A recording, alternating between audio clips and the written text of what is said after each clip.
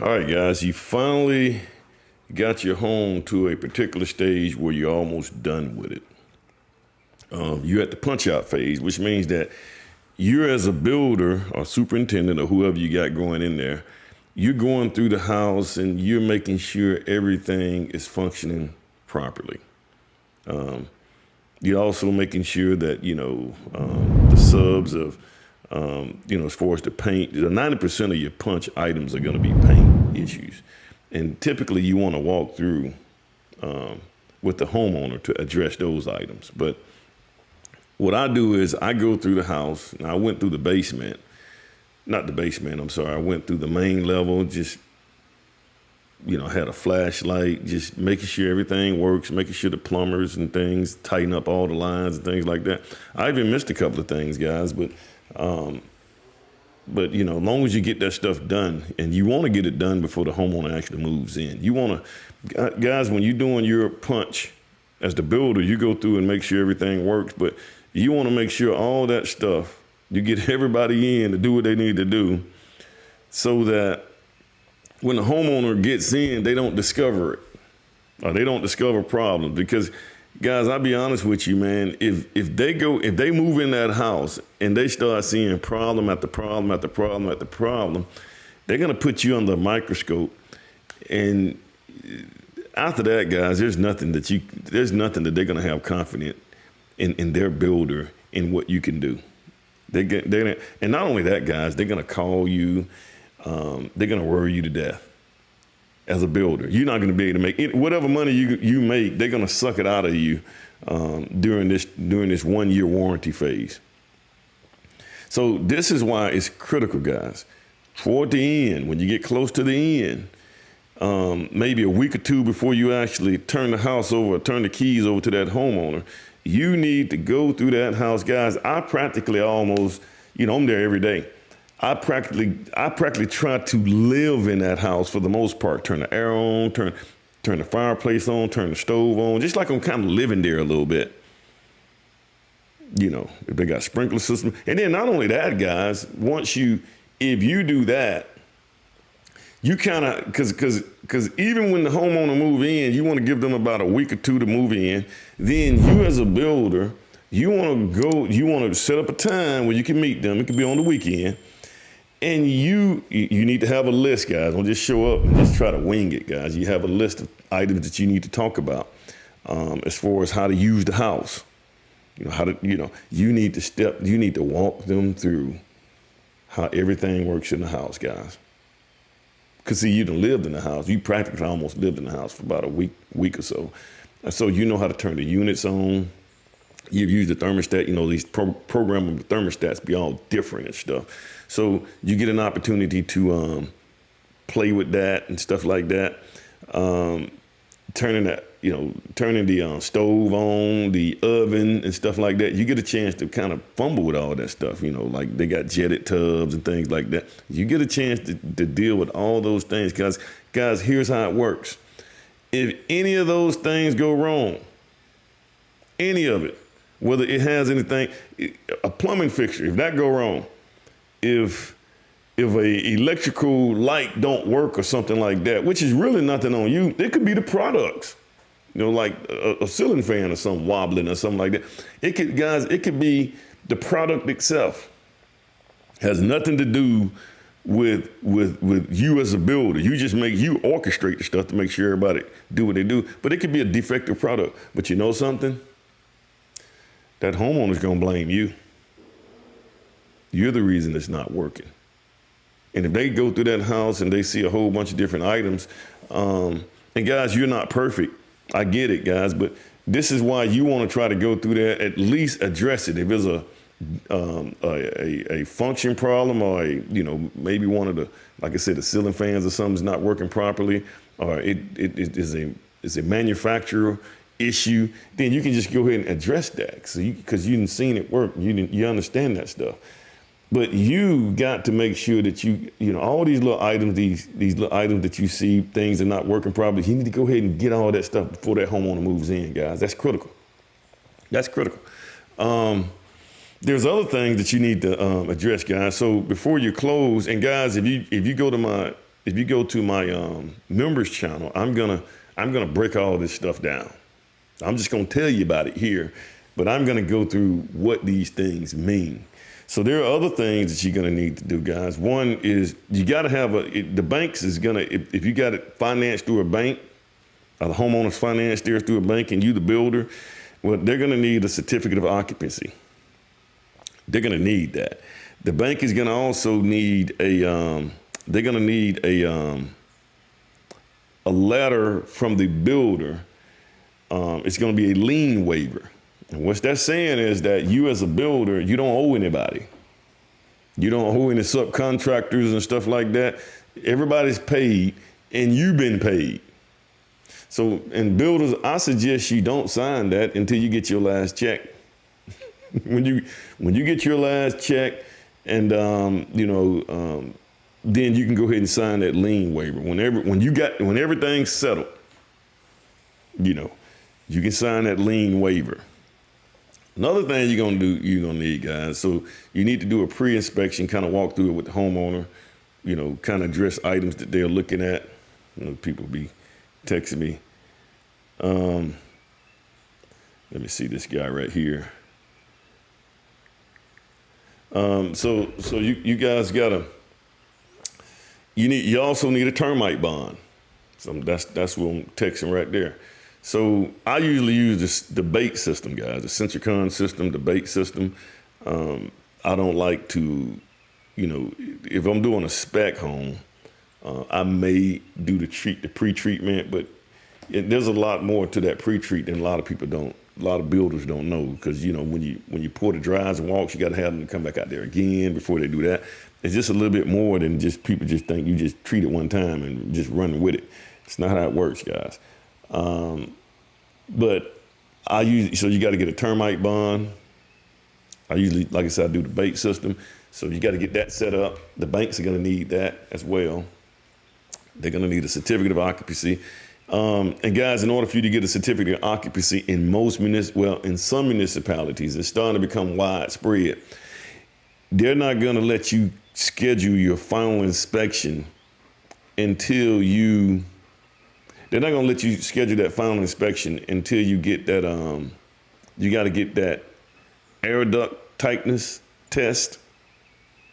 So your duct blaster test, and you have to also have your blower door test. The envelope itself has to meet a certain tightness. I think it's less than 5%. So anything less than 5 is good. That'll pass. You want to get it down to 1 if you can. But and guys, like I said, on my members channel, I would go over what all of this stuff means and why, and how you obtain that. And guys, you don't want to mess around, and that's why you had to have somebody on the front end. So I had a third party on the front end to help me seal it. I know how to seal a house really good. That was one of my specialties. But I had a third party, somebody outside of me, looking at this right here, just to kind of a second set of eyes on this thing, guys. It's always good to have second sets of eyes on everything. Other builders, if you can call in other builders to come in and look at your work, that's always good. So I had a second set of eyes on this right here job, and on all my jobs, man, for the most part.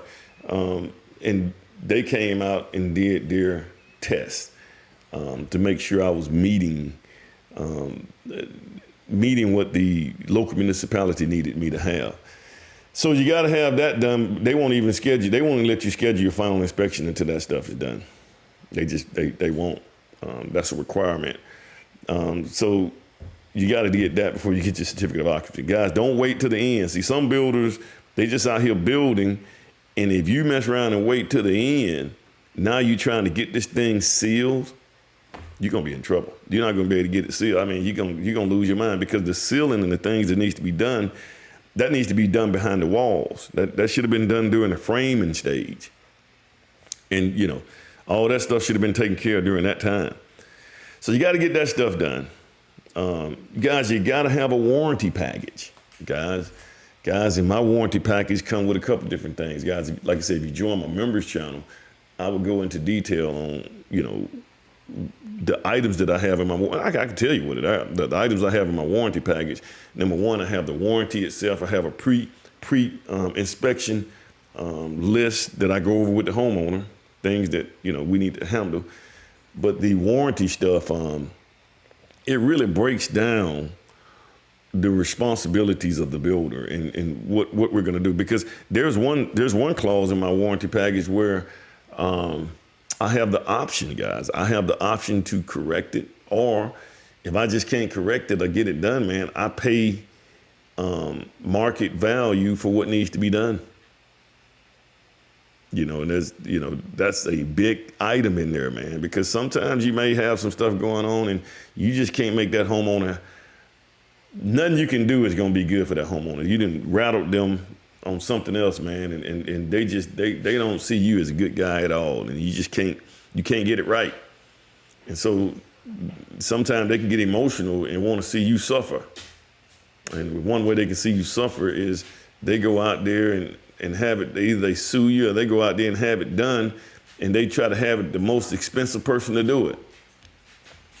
And then they say, hey, you pay it. Well, now the warranty contract says that, I pay fair market value for it. Things like that, guys. But you have the right to repair is the key. You have the first right of refusal on the repair of things that goes on in that structure. And so the warranty package, guys, is critical. Don't think that, okay, I got the house built, got my CO and everything's good, and you didn't focus on your warranty contract, guys. All contracts are very critical, but that warranty contract is very critical, guys. Another thing you builders should do, I would probably, even if you got a profit, whatever profit margins you have on that particular structure, I would take 1%. Well, actually, I would try to take about 1% of that house. So if it's a $500,000 house, I'd try to take about $5,000, and I would set that in the bank, in an account, and just leave it alone for that 1 year while that warranty is going. And when things, I would, when a homeowner called back, if it's stuff now, mechanical, electrical, plumbers, garage door openers, and just things like that, you need to give that homeowner their number. Tell them to call them first. Don't call me, call them first. Now, if you can't get them or you got a problem with these guys, then you can call me and let me work on those guys. Or I go find if I had to find somebody else to do it, then I can still deal with that person. But so that's how you want to deal with that, guys. But if you got if there's something that causes you to have to come back out there, then you can pull from that $5,000 that like contingency that you put into the bank, guys. But guys, any of the items that you got to come back out there, man, you would know that by now. You would know if the grounds are not right, or water's getting in the house and all that kind of stuff. Guys, you would actually know that right now. Those are things when you get, that stuff. I can assure you, that stuff. If you had a leak and you just couldn't get that leak out the way, you already know what's going to be the problem. So you should have took care of that on the front end. Don't let it get down to the end and now you're trying to fix the leak. Something else, guys, that I think that all homeowners, this is to the homeowners, guys, and builders, guys, you should welcome this right here. This will really, really help you out if you're a good builder. And here's the thing, this right here would actually destroy the bad builders. This would be a good thing. I would make a suggestion to the homeowners. I would suggest them to have a home inspector. Now, I'm not talking about the municipal inspector, just a regular home inspector. Now, they're going to pay a little bit more for this, but it is a good thing. It's accountability on everybody.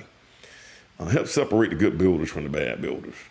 I would have that homeowner to hire a home inspector 4 different times. 4 different times. The first time they need to come out during the foundation, when the footings, maybe when the foundation or footings, you probably have them come out during the footings. a foundation phase of it. If you're doing a monolithic slab, you can do that right there. But I would have them to come out during the foundation phase. At least when you get the foundation in, they need to come out and look at that.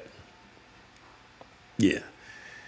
Then the second time I'd have them to come out there is after all roughs are done. When the framing, right when the municipal inspector does the framing inspection, I would have my home inspector to come out and do that as well. Because I'm gonna be honest with you guys, the municipal inspectors, they can miss a lot of things. But now, that's my vacuum cleaner guy. But now, the one thing that I have to say about the home inspectors that you got to be careful with those guys is that a lot of the stuff that they say is not an issue or a problem. It's preference. So you can't get the preference stuff confused with code. Two different things. So the homeowners, you got to understand this now, because homeowners would think that because the home inspector said that this is a recommendation or this is what should be done, the homeowners think that the builder should do it, and that's not how it works, guys. A lot of the stuff, like even my guy, I had a guy come out, and a home inspector, which is really, really good, because I got a chance to kind of see some of the things that I mean, probably 90% of what he had, I already had it on my list. I already had my guys ready to take care of it. We just hadn't finished, because we hadn't finished the house yet. But most of the stuff that he was talking about were just preference items. Like caulking on this right here, or caulking on that right there to keep the water away from here. I do this right here. They were just preference items. It's not things that the builders should. So, and that's what the homeowners got to understand. You can't just take the home inspector stuff and give it to the builder. So you got to do this right here now. See, you got to get out. Nah, it doesn't work like that. Okay, but I suggest you get them the foundation, framing, final. When you get done with the house, have them to come out there doing the final, catching the other stuff, and then maybe a month before the builder's 1-year warranty go away, have them come out there again. Because that way you had a chance to live in the house, you had a chance to see the things that's wrong and stuff like that, and you can put them all together. So I'm helping the home inspectors, man, helping you guys make a little money, because now the homeowners can, on new construction, they can hire you guys throughout the process.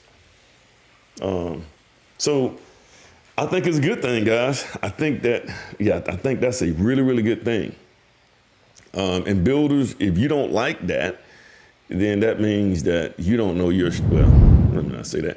You struggle with knowing your stuff. If you know your stuff, you can engage with